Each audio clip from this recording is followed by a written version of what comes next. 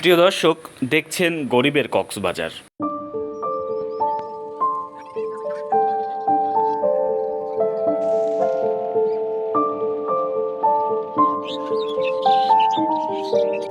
আপনারা দেখতে পাচ্ছেন এখন এই নদীর মাঝখানে কিভাবে হলো।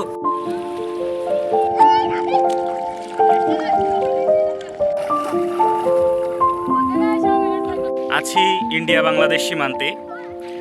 নদীর একটা চরে নেমেছি। বাংলাদেশের কুল ঘেঁষে এই চরটা পড়ে। ভাই, আপনি এখন কোথায়, বাংলাদেশে না ইন্ডিয়ায়? আমি এখন ইন্ডিয়ার ভিতরে। কিছু সময় দাঁড়িয়ে থেকে দুটো পা বালুর মধ্যে কিছুটা আটকে গেল। ছুটির দিনে সাতক্ষীরার ভ্রমণ পিপাসু আর খেলাপাগল যুবকেরা সীমান্তে এভাবেই ভিড় করে। প্রিয় দর্শক, তথ্য ভ্রমণের আরও একটি পর্বে আপনাদেরকে স্বাগতম। এই মুহূর্তে আমি ইন্ডিয়া বাংলাদেশ সীমান্তে অবস্থান করছি এবং এটা হচ্ছে বাংলাদেশের ইসামতি নদী, ইন্ডিয়া বাংলাদেশ যৌথ নদী। এই নদীতে বাংলাদেশের কুল ঘেঁষে দেখুন এপাশে বাংলাদেশের সীমান্ত, তার কুল ঘেঁষে এই একটা চর পড়েছে। এই চরটা সবসময় এত বড় পড়ে না। আমরা জানি পূর্ণিমায় বড় বড় জোয়ার ভাটা হয়, তো সেই জোয়ার ভাটায় এরকম চর পড়ে এবং নদীর অর্ধেকেরও বেশি দূর পর্যন্ত হেঁটে চলে যাওয়া যায় এবং ইন্ডিয়ার অংশে হেঁটে চলে যাওয়া যায়। তার মানে বিষয়টা কিছুটা এরকম যে বিনা পাসপোর্টে ইন্ডিয়া যাওয়া যায় এবং আমি বিনা পাসপোর্টেই আজকে আপনাদেরকে ইন্ডিয়া গিয়ে দেখাবো, বিনা পাসপোর্টে ইন্ডিয়া। ভাই, আপনি এখন কোথায়, বাংলাদেশে না ইন্ডিয়ায়? আমি এখন ইন্ডিয়ার ভিতরে। ইন্ডিয়ার ভিতরে? হ্যাঁ। কিভাবে বুঝবো? এই যে নদীর মাঝখান পার হয়ে আমি এখন ইন্ডিয়ার ভিতরে চলে গেছি। আচ্ছা আচ্ছা, তো আপনার কি জীবনে ঝুঁকি নেই? আপনি ইন্ডিয়ার ভিতরে গেছেন কেন?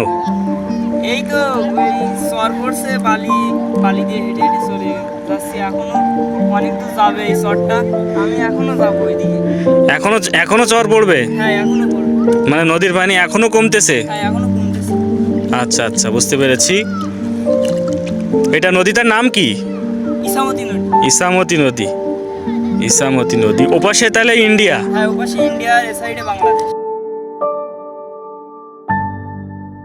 এই যে নদী আপনারা দেখছেন, এই নদী বাংলাদেশের অর্থনীতিতে ব্যাপক গুরুত্বপূর্ণ এক ভূমিকা পালন করছে।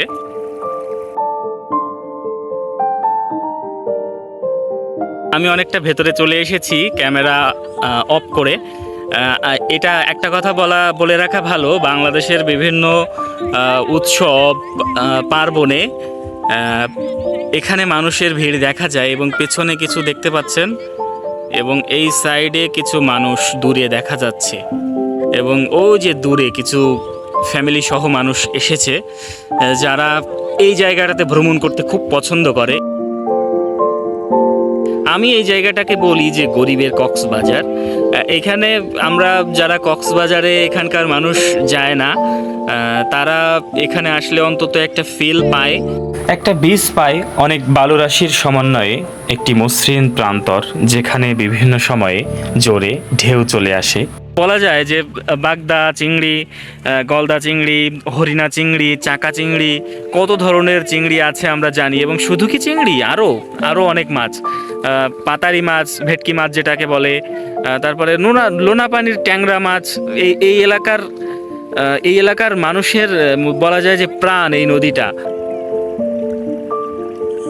শেষ বিকেলে নদীর কূলের মৃদু আলোয় এক মনোমুগ্ধকর আবহ তৈরি হয়। কর্মজীবনের অনেক ব্যস্ততার ফাঁকে মানুষ একটু প্রশান্তির খোঁজে এমন নিভৃতে চলে আসে। ভিনদেশি ইটের ভাটার কালো ধোয়া, উড়ন্ত কোনো ক্লান্ত পাখির নিড়ে ফিরে যাওয়া, কিংবা কোনো মাঝির ঘরে ফেরার ঝাপসা চিত্রকে আরও ঝাপসা করে সন্ধ্যা নামে। সীমান্তবর্তী এসব জায়গায় ভ্রমণ করা জনসাধারণের জন্য অনেক সময় ঝুঁকিপূর্ণ হয়। নদীর দুপাশেই দুদেশের সীমান্ত পুলিশ মোতায়েন রয়েছে, যারা নিজ দেশের সার্বভৌম এবং নিরাপত্তা রক্ষায় সর্বদা নিয়োজিত।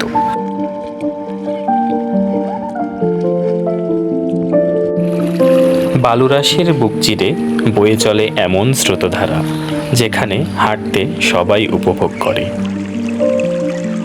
স্বচ্ছ বালুর এমন মুক্ত প্রান্তর যেন বাচ্চাদের শৈশবের রঙকে আরও বহু রঙে বাড়িয়ে ভরিয়ে তোলে।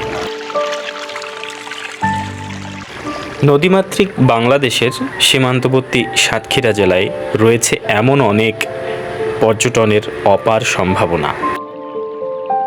এই সেই ইছামতি নদী, যেখানে প্রতিদিন বয়ে চলে জোয়ার ভাটার খেলা। সাগর নদীর লুকোচুরির এই খেলা বহুকাল ধরে চলবে।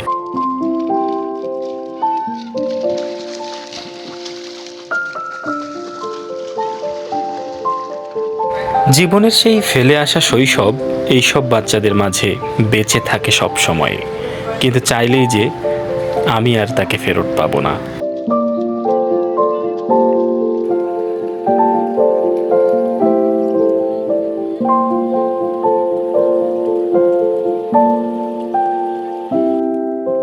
দূরে দেখছেন আরও এক দ্বীপচর, যেখানে প্রাকৃতিকভাবে সৃষ্ট বনায়নে গড়ে উঠেছে পাখিদের অভয়াশ্রম। আর বিকেল পড়লেই এখানে জমে ওঠে বহু মানুষের মিলন মেলা।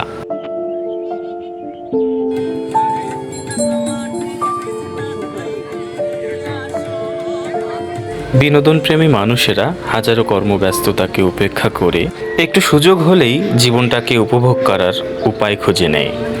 দর্শক, আজকের মতো এখানেই বিদায় নিচ্ছি। সবাই ভালো থাকবেন। আমাদের ভিডিওটি আপনার ভালো লাগলে অবশ্যই কমেন্ট করতে ভুলবেন না এবং আমাদের চ্যানেলটি অবশ্যই সাবস্ক্রাইব করবেন। আপনি ভালো থাকুন, আপনার আশেপাশের মানুষকে ভালো রাখুন, সেই প্রত্যাশায় বিদায় নিচ্ছি। আল্লাহ হাফেজ।